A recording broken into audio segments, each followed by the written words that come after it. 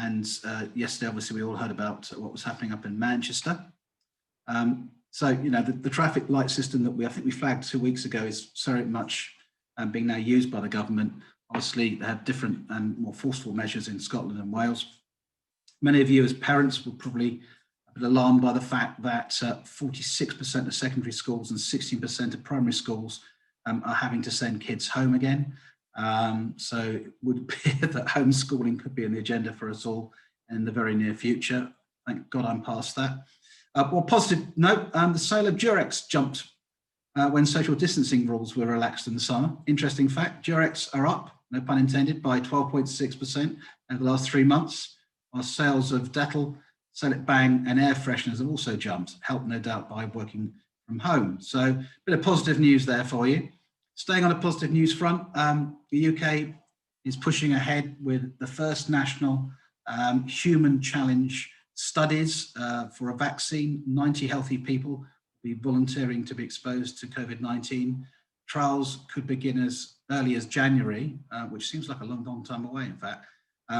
With that in mind, I would imagine that we're really into this situation for at least another 12 months before the vaccine becomes widely available. So, in short, we are where we are. I suspect, as I say, we're in it for a long wait, if you like. So today's real talk is actually, or today's title is perhaps more relevant than ever. We're going to be talking about procurement and pitching in the virtual twilight. And obviously with the rise, as I say, in local lockdowns, the need to hone our pitch skills and to understand how clients expect of agencies at this time and how pitching is going, it's never been more apparent. We're very fortunate this week to be joined by Marketing Procurement Supremo, Tina Fegent. Many of you will know Tina, new business gurus, Adam Graham and Patrick Woods, along with founder and CEO of London Advertising, Michael Moszynski. So yeah, really very fortunate to have a great panel today, very excited about them all joining us. So thank you. Let me just let these other stragglers in. Quick introduction, if I may, from our illustrious panel. Tina was one of the first people to work in marketing procurement way back 25 years ago. Can't believe that. And she established really some of the marketing procurement principles. She led teams in the UK for Telefonica, GSK, Orange, and France Telecom. She then went to work from gamekeeper to poacher, or was it the other way around? Agency side at Grey Advertising as their commercial director, followed by a stint at Lowe's. All useful experience to give her insights how to agencies work commercially. In 2006, she set up Tina Fegent Consulting, and today she offers marketing procurement consultancy services to clients. She also works with agencies and coaches agencies on how to work with procurement, how to, work with those inevitable RFIs and RFPs, and gives insight and training.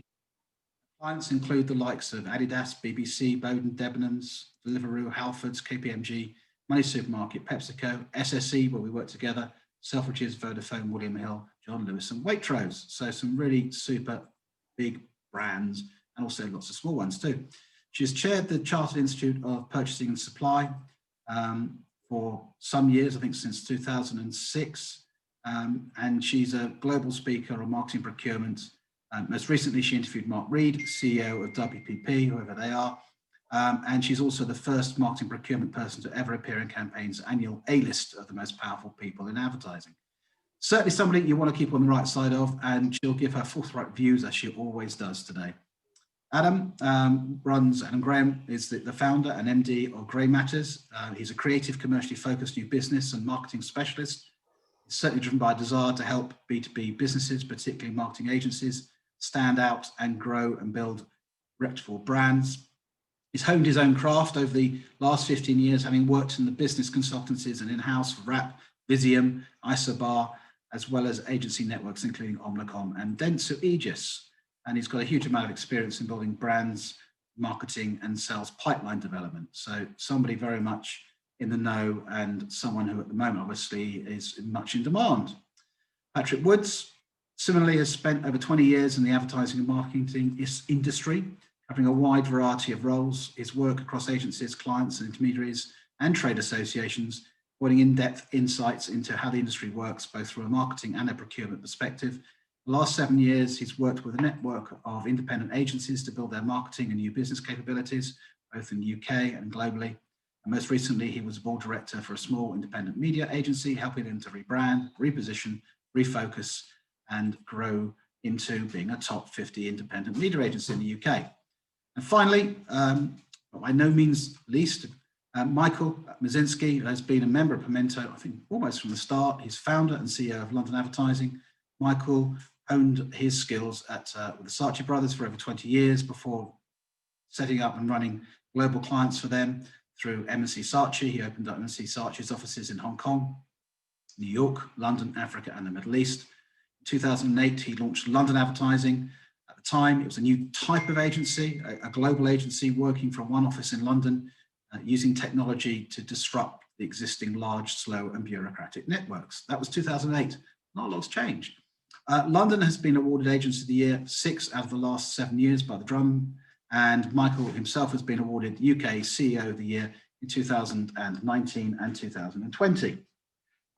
What Michael will probably touch on today, and I'm sure he'll share his insights with us, is how you can actually leverage opportunities like crises and recessions to both reposition your business and gain market share.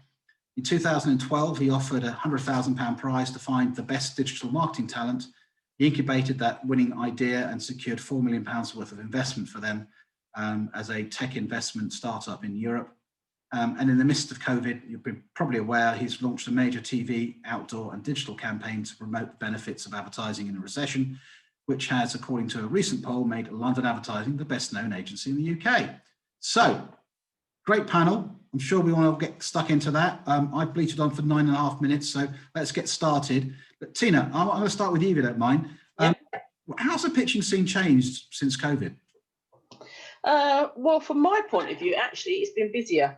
I know there's some of the big intermediaries, the Observatory being one, have said there's not many pitches out there. And I spoke to Paul at the AER on Monday, and they're not that busy. So I think, you know, in terms of the big global pitches, I think they are far and few between.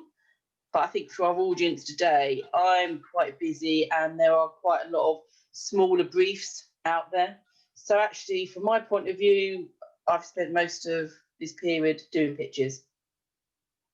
Okay, and the nature of those pitches changing, or is it the same old, same old? It's a mix of both. I think, sorry for those media agencies that are on the call, there's not huge amounts of media out there.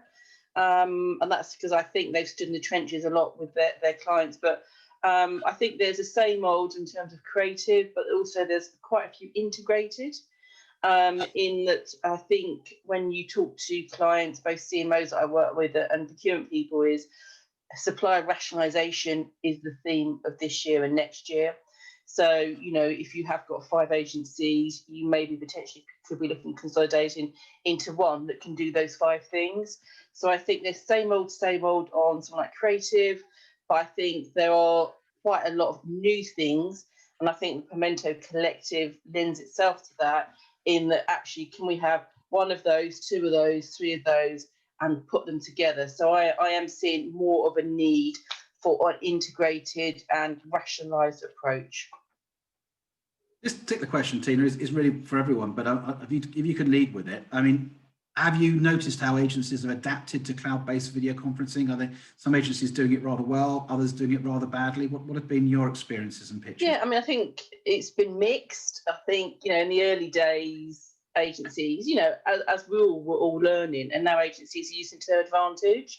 I've seen some great example in pitches of, you know, breakout rooms being used. It's been used for quizzes, being used to show film. All I would say is agencies, you need to practice, you know, and I think that's the trouble, that they all go on the call. And, you know, I was talking to Adam Lee, for example, and they pitched, I did the Walker's pitch earlier in the year, and, you know, they admitted it was the first time they'd done a pitch via Zoom, and they learned a lot. And they then gone on to win a new client recently, and they said that was a great learning. So I think, you know, like all of us, it was early days, but I think they have adapted really well. What doesn't work is when agencies were back in the office. So again, the Walker's pitch, we had one agency, they all at their homes, and of course I I think Kevin Duncan calls it ruminating. I like looking at their background. You know what I'm like about agency chocolate biscuits as well. That's going to title my new procurement book, Agency Chocolate Biscuits. But it's quite good to see people's backgrounds and stuff like that. And this one agency, the final pitch, all went back into the office when they could, and it really didn't work because they had like 4 of them on a big table. Then actually one of the guys that owns the agency was sitting at a table, like on a naughty table behind, and you couldn't hear him. The film wouldn't play and stuff like that. So I think they've adapted, but all I would say is make sure you practice, make sure you check the tech, and make sure it works. What some agencies have been doing is when they are showing films, because they don't always work, some agencies have sent them beforehand, so like 10 minutes before the pitch, sent them either WeTransfer or just sort of say, okay, now can you look at your screen and watch this film? And that actually works really well. So I think use it, be creative, do things like quizzes and have breaks and stuff like that, but make sure you practice. Michael, your experiences of, sort of pitching during COVID, how have you and your team adapted to obviously using Zoom and other technologies to pitch? And more importantly, how do you get your culture across as an organisation? I think what we realised very rapidly was that we work in this way anywhere around the world, because we've done campaigns in 135 markets from our one office in London. So our way of working with clients around the world and with partners who are helping us to implement campaigns has been like this for many years. I think that, to build on what Tina was saying, when it actually comes to the pitch itself as a dynamic process, rehearse is absolutely, just because you're doing it on Zoom shouldn't stop you from doing what you would do if you were doing it in person. The other thing that I think is very important, it's always important, but never more so, is building a relationship. And here's a little tip: you can't build a relationship on email. So having one-to-one Zoom calls or phone calls with as many of the clients on during the process is you need to maximize that as much as possible to build the relationship and hopefully get your culture across. And we pitched and have just won a major Hong Kong client who we've never met. We're working with a Hong Kong partner with Mark Bukowski and his PR team. He's actually based in Gloucestershire. So it was, people all over the world working together to deliver what was ended up being quite a seamless pitch. So yeah, rehearse. And I think just pick up on Michael's point, Stephen, I think definitely about the interaction with clients. I've found clients so accommodating to have calls. So for example, some of the bigger pitches I've done, when we've had chemistry briefings, and then we've had the all agency briefing, and then we've had the clients are so valuable for Q&As, and it really has helped. So tissue meetings, I've known some clients be available for 2-3 tissue meetings in a 4-week process. So totally agree with Michael. I think both from a procurement point of view, engage with procurement, but also from the clients, and one client, for example, there's a big shopper team, there's a big research team, and the agency's asked to talk to them as well. So I think, definitely I'd pick up the phone or have, a cloud-based video conferencing call, as you called it, Stephen, with them. Adam, do you coaching your agencies and your clients in this space? Are you helping them to understand this new media for them? Yeah, we're certainly talking to a lot of agencies about best practice, and obviously everyone's learning on the fly at the moment. But we've seen some, like Tina said, there's some great creative examples out there of what people can be doing. And rather than sort of letting yourselves be limited by the channel, I think it's about trying to find more creative ways of embracing it. Like one, for example, is you can record the session. So if there's stakeholders in the room that aren't in the room that couldn't make it on the day, or if they're in other parts of the world at different time zones, you can then share the pitch video with them afterwards, which will get you more buy-in. Like there are polls, there are ways of using sort of the whiteboard feature or breakout rooms to make it interactive. And I think you just have to you have to plan for that. You have to imagine like there is going to be a lot of Zoom fatigue and people getting bored, stuck, sort of staring straight at their computer screens, and trying to sort of encourage ways to break that process and get away from that is going to be advantageous. But, a lot of clients are quite open and receptive to more calls and breaking away from the pitch process because, you know, everyone's sort of struggling, and there is still that sort of we're all in it together mindset of like, you know, we've got kids, I'm working from home, I'm disrupted in some sort of way, so therefore they're going to bend the rules slightly. And I think as agencies pitching, we can use that to our advantage. You know, it's something I've always encouraged agencies to do, is break the pitch process as much as you can to be noticed. And I think now, you know, with everyone being disrupted, there's never a better opportunity to, you know, really get across your culture and your personality, and do things differently. Thank you. Paddy, I mean, we'd like to be in this for another 6 to 12 months. Notwithstanding some of the best advice we just got there in terms of how you manage a pitch in this environment, we are going to get, you know, bored. We are going to get fatigue. How can agencies differentiate themselves? You know, what can they do beyond Zoom to sell their culture? I mean, it's great when you can bring people into an environment and they get to actually have a real feel for the environment and how the agency ticks, and also obviously beyond just meeting the team that are actually going to be working and pitching on their business, they get a general feel for the environment. You can't really do that on Zoom. Are there techniques or things that we could do creatively to make the pitching process a little bit more exciting for those actually on the other end, the clients?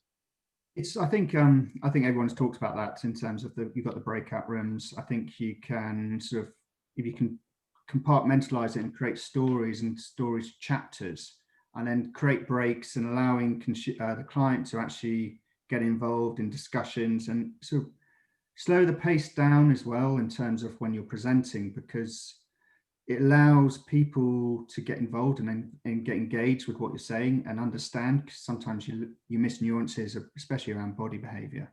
But I think the other things as well is something I've been talking to some people about, is when you're in a Zoom environment, a Zoom pitch, you don't want a big team involved, because you'll lose focus, you'll lose who's going to control and manage that process and who's going to handle the deck when you're presenting. But if you have smaller teams and you've got a wider team involved, why don't they try and have sort of account-based management style conversations and meet their counter via Zoom beforehand to get an understanding of how they're going to work together, what that relationship could look like, to have a wider sort of environmental conversation going forward, to really give that opportunity to show the culture, show the human element of that person they're going to be working with, and develop that rapport before the pitch. I think also preceding the pitch, try and follow up, to do a pre-call with the client, tell them what you're going to be talking about, tell them what your agenda looks like, what tech they're going to be utilizing. And then just before the pitch starts, do the pre-email and actually just tell them the story you're going to create for them and what their expectations can be in the process. So just a bit more engaging and gets their adrenaline going forward, and excited about what you're doing. What I would say as well, preparation is key. Don't do the deck as like overnight, but the night before, because people look burnt out on Zoom. You can normally get away with it when you're in a pitch room together because you bounce off each other. But when you're on Zoom in your own room, you look tired. If you're up till 4 o'clock in the morning trying to finish off a deck, you're unprepared, and actually clients will pick up on that as well. Thank you. Tina, have you actually experienced any kind of novel or exciting ways that agencies have pitched recently over Zoom? Yeah, as I said, one of the first pitches I did in lockdown is when it was that drama was on about Who Wants to Be a Millionaire. So out of the 4 agencies that were pitching, 2 actually did Who Wants to Be a Millionaire quizzes during the process. That was actually in chemistry, to be fair. And one did it really well and one did it really badly. So if you're going to do something like that, make sure you know how you're doing it, for example. Other agencies have sent stuff. You know, there are some clients obviously don't like stuff being sent to their obviously home address. Some clients are happy with it. So I've had one agency, they actually sent a packet of coffee, a few tea bags, some biscuits, and a mug, actually an agency mug, to say, okay, you know, when it's coffee break. And then actually when it came to the actual pitch, they actually had 2 or 3 sessions, because the pitches were 2.5 hours long. They had 2 sort of sessions. They said, right, okay, actually 10 minutes now, and obviously go away. You've got your mug, you've got your tea or coffee. The only thing you didn't have was milk, obviously. So that was a really good way of doing it. The films are really good. So whether it's client films, or actually one agency recently on a pitch I've been doing for chemistry did a really, really nice film. It's about 2-3 minutes long. Actually, I've seen 2 of them recently. really, really good, and sent to the client beforehand, actually before the chemistry meeting. And one obviously is a bit of a cred thing, but actually on one of them it actually had 2 different clients on there and well-known ones talking about how they've worked with them, especially during COVID. And actually it was really, really good to do, actually. And the clients were really engaged. And actually, because one of the questions about how do you keep top of mind, I still remember those films, even one of them was probably 5 weeks ago. So I think use content, we're working in a creative industry. I think be creative and just do a few things. Actually, the client thinks, oh, that was quite good. They're the agency that did that, for example. So, and things like, if it's, a food company or a beauty company, actually saying, these are our favourite products because, that sort of stuff that you normally see in a pitch as well. So, yeah, I think engagement and things that, the client can sort of think, oh, they did that really good film with X. They did that, for example. I mean, I suppose one positive outcome of where we are now is that agencies presumably are spending a lot less on pitches than they would otherwise be the case. And presumably some of that money could be reinvested to try and bring some pitch theatre and drama to it by maybe even recreating the culture, either, as you say, through a video or sending elements of the agency to the client so they can dress their environment. Agencies love, of course, when it comes to pitching, to be able to leave their brand in the room so the next agency knows who they're up against. So I love the idea of the coffee cups, I think. And of course, I think sending you biscuits is always a good idea. Yes. When we're thinking about pitching at the moment, and obviously you get involved in a lot of quite formal pitches, the style of pitches obviously have had to change.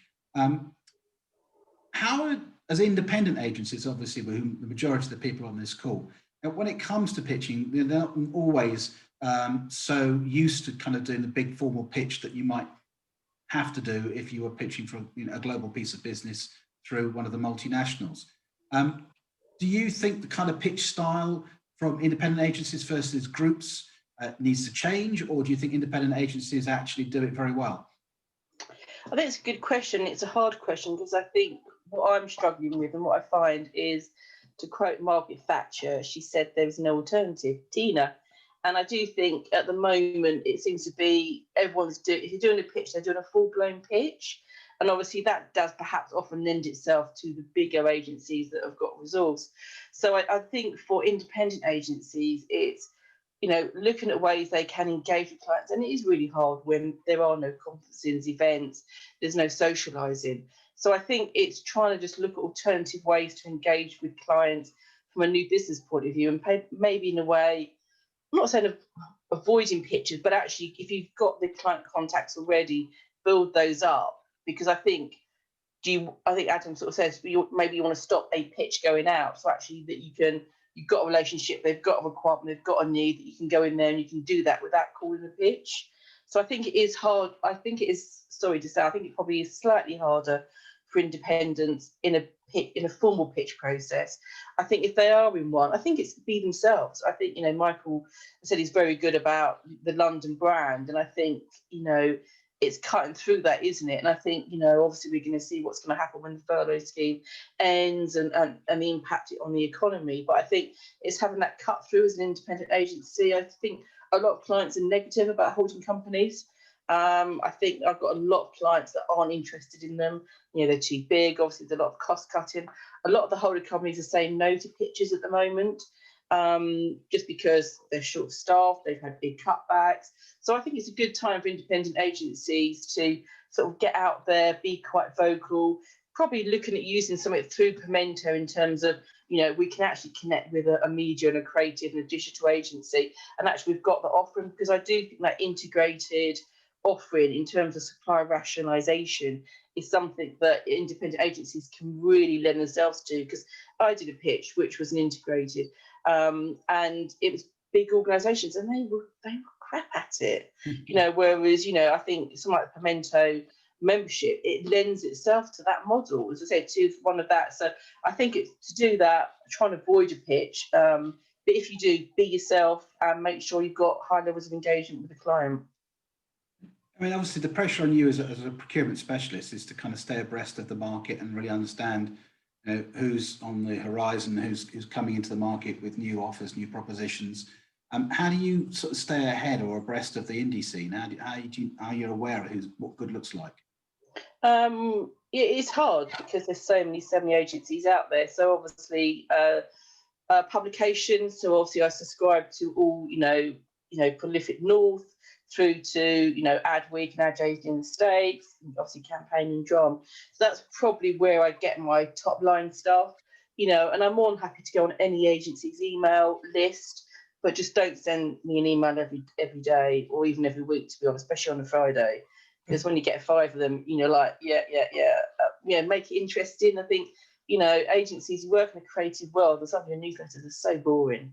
And there's too much in them. It's just like if someone's like someone like Sol, for example, I don't know if Mike's on the thing, but he gets Ben, or Ben gets it's one thought a week, and it's really interesting. So I think more than happy to do that. Don't use LinkedIn. I mean, LinkedIn is just awful at the moment. Yeah, it's quite sad, obviously, because a lot of people looking for jobs, and it's I think direct engagement, but also I do think the trade press, conferences, there are obviously a lot of webinars. We've had purchasing conferences.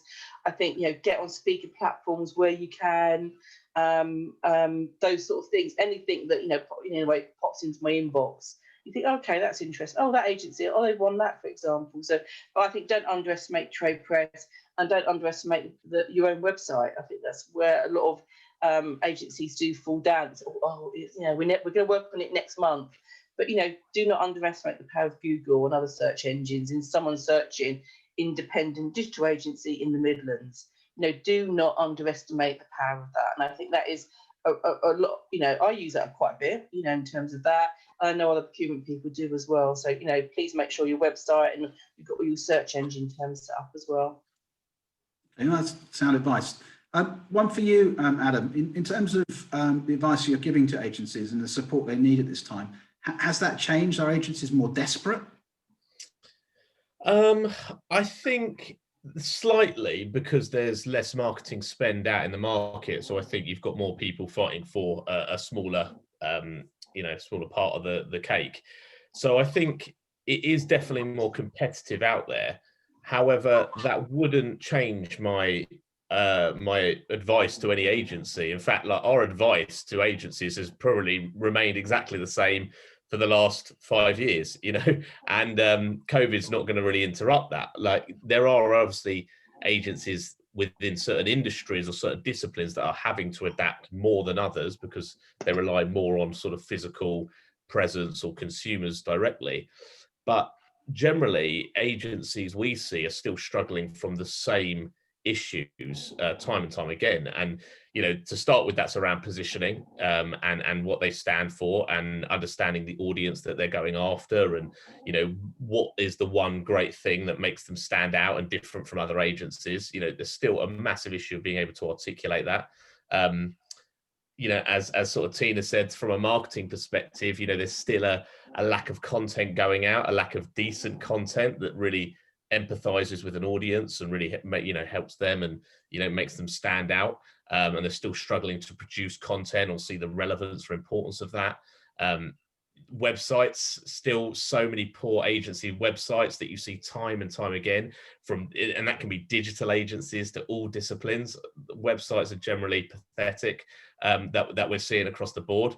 And it's like, when are we going to wake up and realize the importance of that? And it's like someone makes an impression, takes an impression of someone within sort of 5-10 seconds. They're going to quickly look on your website, quickly look at your LinkedIn page.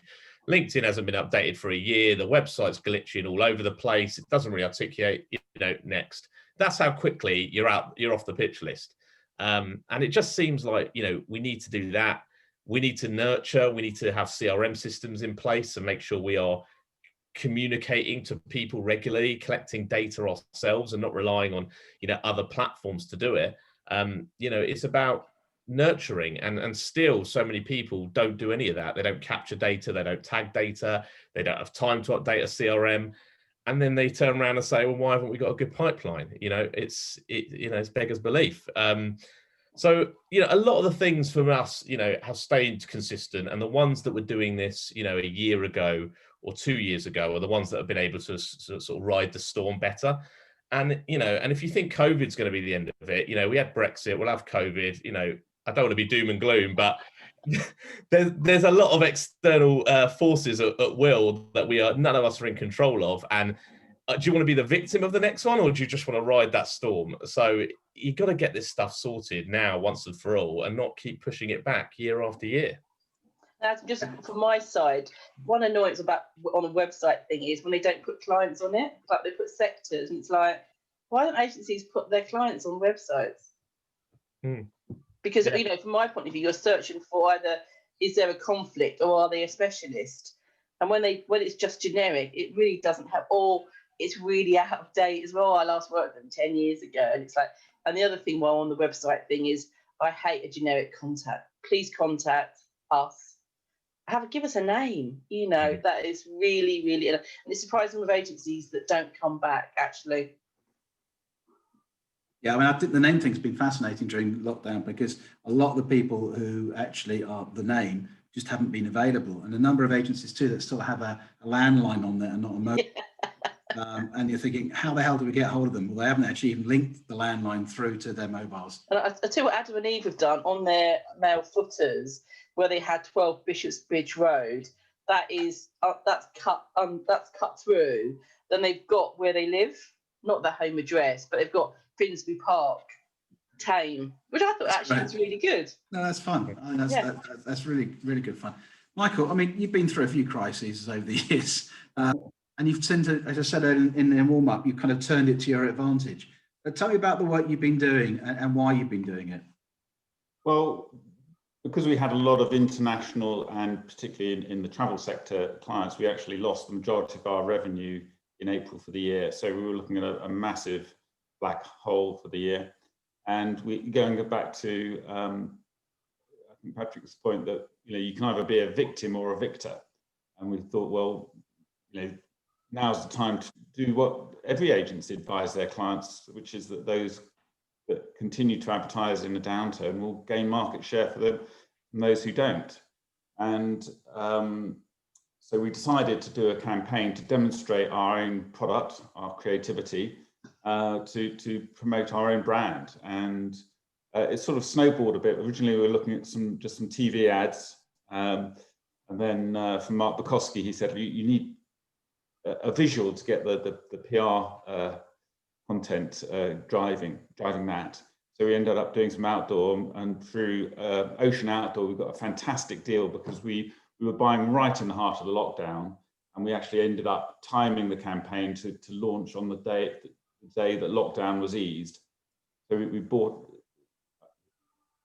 national digital outdoor poster campaign and 9,000 spots on Sky TV. We made 10 TV ads. We got Liam Neeson and Helen Mirren to do the voiceovers, and it had quite an impact. And for us, it was about demonstrating that our agency is a brand, and we treat it as though we would treat a client brand, because if we've always believed that, you know, that's why we don't have our names on the door, that we were building London as a disruptive brand in our sector. And so by, you know, creating awareness because 92% of our work appears outside of the UK. Prior to this campaign, we were not that well known in you know, even in the client world or even in the UK ad industry. We've always been a bit of an outlier. So we thought we'd use the fact that media space was going to be very cheap to our advantage. And I think it's coming back to that point about having an idea, because it's not about creating content. Everyone's bombarded by content. You've got to have an idea. You know, going back to Adam's point, you need to have be able to articulate what you stand for and what makes you stand out. And I would go very heavily on the importance of distinctiveness versus differentiation, because agencies actually pretty much do the same thing. And the trouble when agencies try and make themselves differentiated by what they do, they become more and more alike their competitors. So think about what it is that you can build, something that will make you stand out, and then use that all the way through. So that, you know, I'll give you a quick example here. I was doing a talk to the luxury travel sector, I can't show a screen share, but basically we now use ads based on our campaign to talk directly to individuals with some wit and humour in the pitch process. So we've now got something that we can leverage. I'm just sorry, I just released that, so you could, if you want to show that and put that on screen. And whilst you're doing that, Michael, clearly not a agency has kind of the wherewithal, although I do believe you're a pretty canny negotiator at the best of times. So how did you manage to persuade the outdoor companies and the TV channels and networks to actually run your ads, first of all? And did you have to pay them, or was it a leveraged opportunity?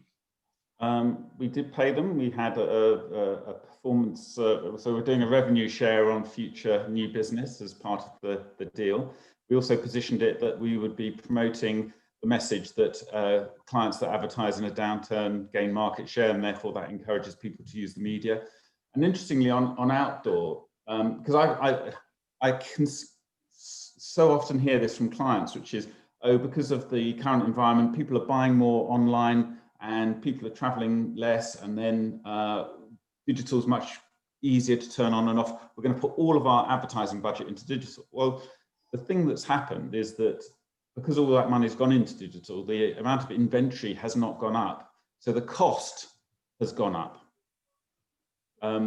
Whereas if you really want to build brand awareness, TV and outdoor are still the things that will drive your brand. So if you look at people like Google, eBay, Netflix, that's what they use to build their brand. So what we spent was actually relatively small amount of money in terms of media and on production to get quite a substantial campaign away. So we were using our creativity, not just in terms of writing the ads, but how to leverage the crisis to promote our own brand. And effectively doing the job for the Advertising Association. Well, I got that because we were doing that. We got their support, and they were sending it out as an example. So we pre-sold the campaign to a lot of industry stakeholders, so that when it appeared, it was actually being amplified a lot in posts and press coverage. Okay. I mean, for those that haven't seen the campaign, I'll share it after this call, and I'll link through to a video that Michael's put together that shows the elements and where it ran and the output too, and also obviously the very good PR that you're able to generate off the back of that, including appearing on Sky and various other TV networks. So we're not very good as an industry actually using our own media. It's remarkable how events agencies don't create events to actually be able to actually use it as an opportunity to solicit new clients, or production companies don't actually invite prospective clients to come down on a shoot, or actually prepare some content and send it to them as a teaser for what they can do. I mean, all of us, I think, have creativity in our bones, and therefore we have to use it now, particularly now, as a way to convey, as you say, our distinct proposition and convey our creativity. I think on that, Stephen, I think the issue is a mindset problem. I think a lot of agencies have in, the way Michael's looked at London as a client. I think many agencies really struggle to treat themselves as the client and dedicate time and resource to their own brand. And they get stuck between this space between we're too busy working on our existing clients, therefore how can we give time and energy away to grow and win new clients, and they sort of stay in that sort of scared place. And I think with a lot of that, it's about looking at your existing clients and thinking, are they actually the clients we want to be working with, and actually are we better off spending time investing in winning the right sort of clients. And it's just about sort of time management and not being busy 100% of the time, being busy 80% of the time, and spending 20% of your time dedicated on your own new business and your own marketing all the time, and never letting anything creep into that. And I think that puts the focus back on what we can do as agencies, because you're right. It's a really good tip actually to think of your own company as a client and act accordingly. And part of the problem, of course, is actually we get too close to it. We don't see the wood for the trees, which is actually why people like yourself, Adam, and Patrick, and others in your space are able to give that objectivity and allow agencies to actually see them as the way the world sees them, not as the way they would like to be seen.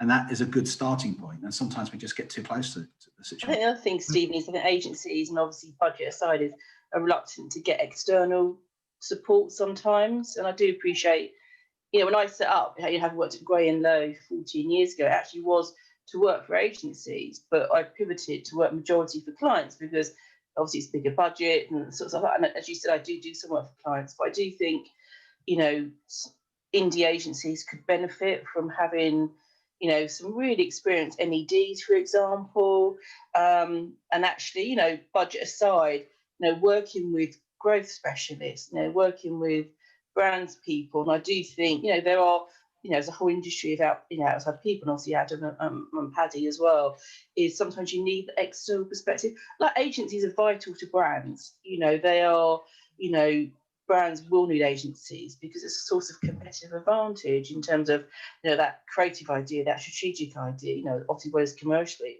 And I do think agencies sometimes could benefit from having that external perspective, and be it as a paid resource or be it as an NED, for example, because there's loads of people out there who have been there and done it that can just give that different perspective. I agree, Tina. I think the other thing as well is I remember working at COI and we're trying to develop a marketing campaign to get more government departments in, and it took 10 years to develop because too many stakeholders get involved and no one has quite clear what they want to say, and it just becomes very confusing. If too many people are leading what that position looks like, it becomes a sort of mess, and you end up with a sign off by sort of collaboration rather than someone taking that direct lead and saying, right, this is what we need to do to drive it forward. And it becomes much more messy to get through. I think, Sorry. I was just going to say, I think agencies, you know, can just do so much more. I think, you know, what's interesting about, you know, London's campaign is that you've created a platform which multiple people benefited off, whether it's the Agency Alliance, whether it's Ocean Outdoor, whether it's the entire industry. And I think sometimes we're so busy focusing on, like, you know, the clients that we need to win rather than sort of building platforms that clients want to be a part of.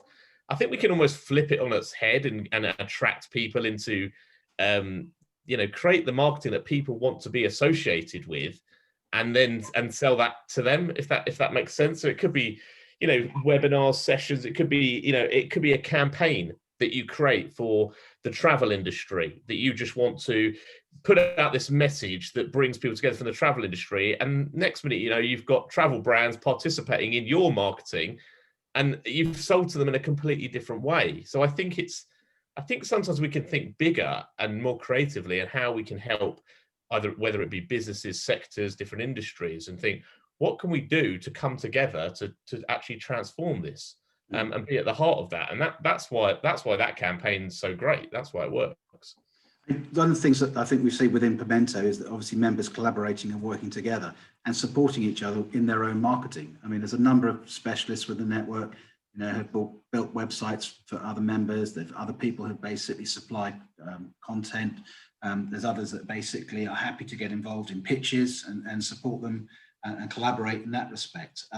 So, I mean, what I would say is, for members on the call, and indeed those people who aren't members, you know, but are interested to know more, you know, do leverage the network to your advantage. I well remember going to the Middle East with Michael in 45 degrees, most uncomfortable day of my life to pitch for Doha International Airport. And, you know, so, you know, that was probably an extreme example of actually collaboration, but one I was happy to do to support them. So if you feel that actually your pitch will be strengthened by amplification of actually either another member or using leveraging the Pimento network to your advantage, you must do it. That's why it's there, you know, and do what you can. And equally too, if you want to put together a particular campaign or an idea, as Adam was just discussing around the travel industry, we have lots and lots of travel specialists on this call. You know, really good expertise in there. I mean, Michael was on a call yesterday with the travel industry. So, you know, that's a good example. And obviously it's an industry that's not going to bounce back particularly quickly. And last week, I think, or the week before, we had a lovely Joseph Mosca talking about the cruise industry. So, you know, there's other industries that are doing rather well at the moment. You know, financial services is doing pretty well at the moment. We can have a point of view. We can do things a little bit differently. Right, we've got 13 minutes left. I'm really keen to kind of open up the call and anybody would like to ask any questions from the panel. Really happy to hear from you. All I would say is just put into the box and I'll come to you. I can only view one screen at a time. So if you're on another screen, I'm on the first screen and I can't see you, please just unmute yourself and ask the question and I'll come to you straight away.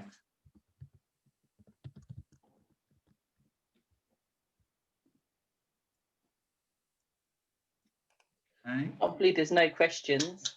Those questions, it's probably me. I need to unmute people. Bamboozled them.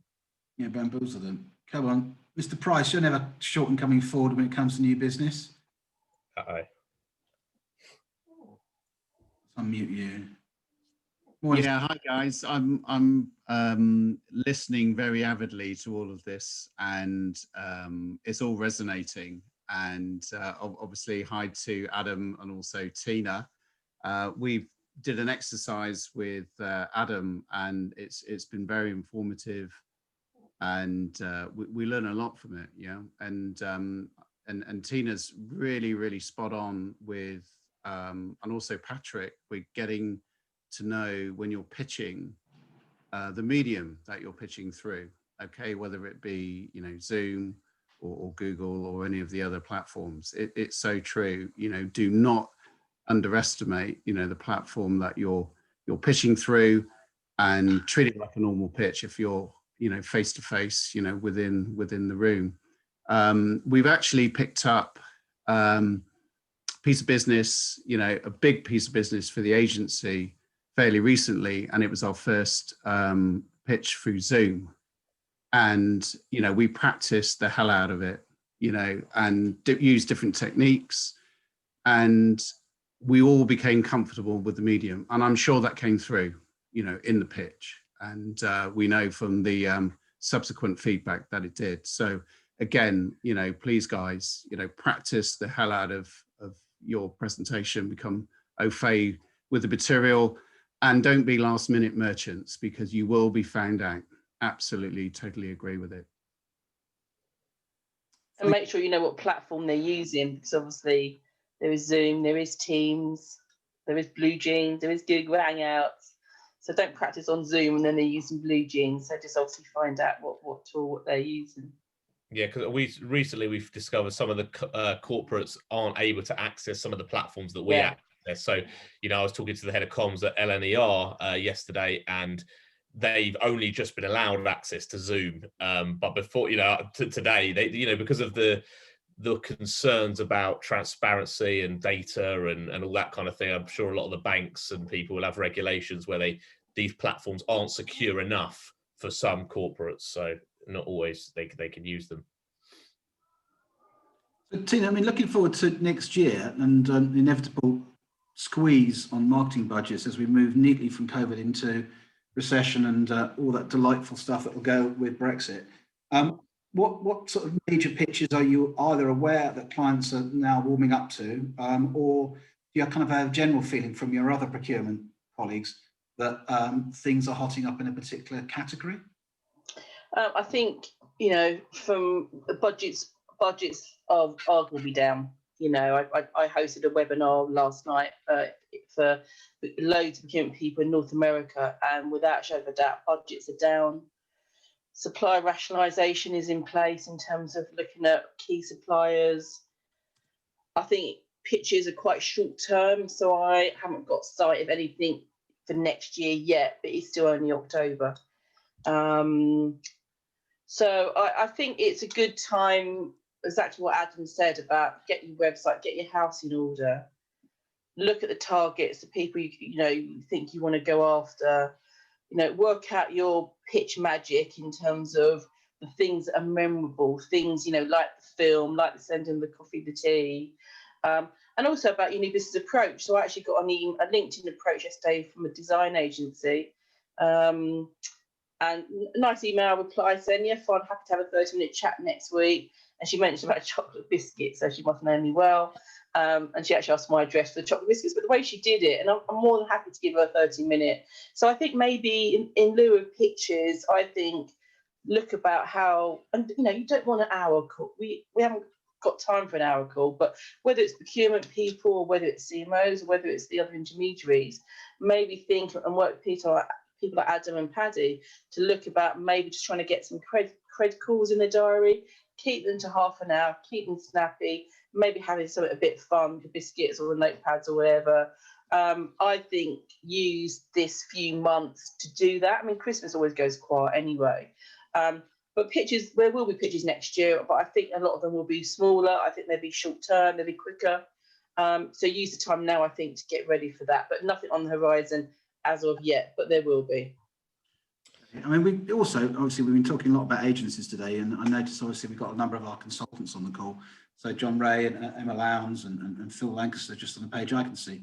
Emma, one for you. I mean, you know, how do you go about driving new business? How do you sell yourself outside of Pimento?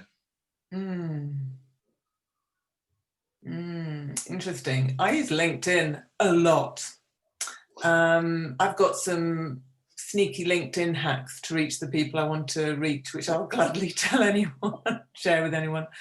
But it's, for me, it's referral, referral, referral, referral. And that's working very well. It's, you know, after now 3 years being freelance, you know, that's working really well. One thing I really like that Tina talked about earlier that I think is relevant for the group, thinking about my client days, is if right now you can get your personality, you know, the chemistry is actually one of the most important things, because Michael's right. This is tough to hear, but most agencies can do a great job for any client. You know, it's about making yourself distinctive. So I think if you can get yourself actually in the room with your clients, that's a really good thing. See if you can find out their home addresses. I know it's a little bit invasive, but maybe send them your favorite business book and explain why it's your favorite business book.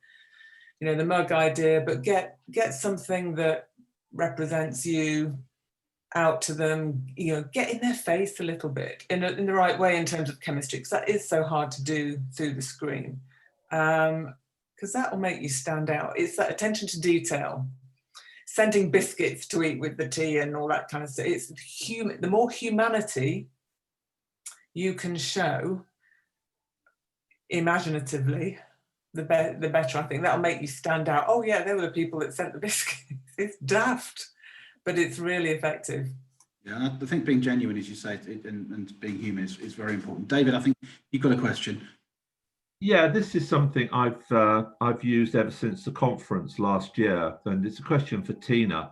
As you know, we had James Murphy at the conference last year presenting, and there were two outtakes that I got that were, I think, really interesting. I just want to know if you agree, and that is, one, agencies sometimes pitch too much, and agencies need to be more selective in terms of the business they pitch for. So overpitching, is that an issue? And the second point that he raised, which I thought was very interesting, is that when you're having a chemistry meeting with a client, if you think the chemistry is wrong, be brave enough to walk away. If you think the person's somebody you can't work with, you know that 6 months down the line it's going to be a problem. You know, should you be brave enough to walk away? Just interested if you think James's views were correct. Yeah, you know, I'm a great fan of James. And yeah, I mean, I think it takes guts to walk away. It takes guts from anyone to walk away. But actually, I place more credibility on agencies that do that. And I have had that this summer, in that, you know, be it the budget was a bit small or it didn't feel quite right. So yes, I think be true to yourself. If you just think, actually, you know, what are our chances? And even have that conversation with the client to say, look, you know we might be the wild card, but what do you think, for example? Trust your gut instinct. I'm a huge fan of that. And I think totally agree, David, about overpitching. And again, one of the pitches I had this year, one of the agencies, you know, they were in the afternoon and they were tired, which I think was Paddy's point. And they had pitched for another client in the morning. And I know because I put them on another pitch for another client as well. And they were dreadful. They were absolutely dreadful. So, yeah, and it's hard because, you know, people want pitches, people want new business. But I think look at your team, you know, people look at you, look at your team. Mental health is a big thing, obviously, that we all have to be so aware of as well. So, yeah, James was exactly right. But it takes guts. But I think trust your gut instinct. If it doesn't feel right, but have the call. I mean, I think, you know, it's like something, oh, God, that went really wrong. And if you ring the client, they were like, oh, yeah, we loved you. Oh, don't worry about the fact that cat ran across the screen. It's fine. So I think, you know, trust your gut instinct, but validate it. Check it with the client and be brave and walk away if you feel it isn't the right proposition for you. And also don't affect, if you're not going to walk away, you know, you're part of an organisation that actually would absolutely love the opportunity to have another look at a piece of business. There'd be somebody within Pimento that it could be right for. And obviously that's an earning opportunity for you as a consultant or as an agency. If it's not right for you, it could be right for someone else in the network. So don't forget to remind that client. Listen, we'll probably come to the end of today's call. I really wanted to thank our panel. It's been a really, really good session. I've really enjoyed some very good insights into how to pitch better, how to win in the new normal or new now, or whatever you want to call it. I think that there's more that we can all learn from each other, and I think we can continue to share both insights and ways of working. So, you know, please continue to connect with each other over the next few weeks and months. A couple of events coming up this week. Tomorrow, Thursday, we are being hosted by Farhouse, who are a new member to Pimento. They're going to be hosting what is now called the 5 p.m. club. Used to be the 6 p.m. club, where we used to bring the venue and the drinks. You have to bring your own drinks, I'm afraid. Although we will send some chocolate biscuits out if we can get that in time forward. But if you haven't received an invitation and you would like to come to that, please can you send me an email to stephen.knight@pimento.co.uk. Next week, it's the turn of the young ones. We've got a panel of under 30s who will be discussing their experiences, the good, the bad and the ugly, how they've had to adapt and how they view the future and what they need from you as employers just now. So please encourage as many of your younger members to join us on that call. It's open to anyone in your agencies. We'd love to get lots of young faces on that call. Interestingly enough, we're going to be holding applications in January to invite an under 30 to join an advisory board at Pimento. So I'm really looking for candidates too. So if you can send them our way, get them to come and join us on the call. And we want to really sort of local, big, noisy session this time next week. That's the Wednesday, 11 a.m., the young ones. So thank you very much to everyone today. Thank you for attending. Really good attendance. Been a lot of fun. And see you all very soon. Cheers. Bye-bye. Thanks, everyone. Bye. Thank you, guys.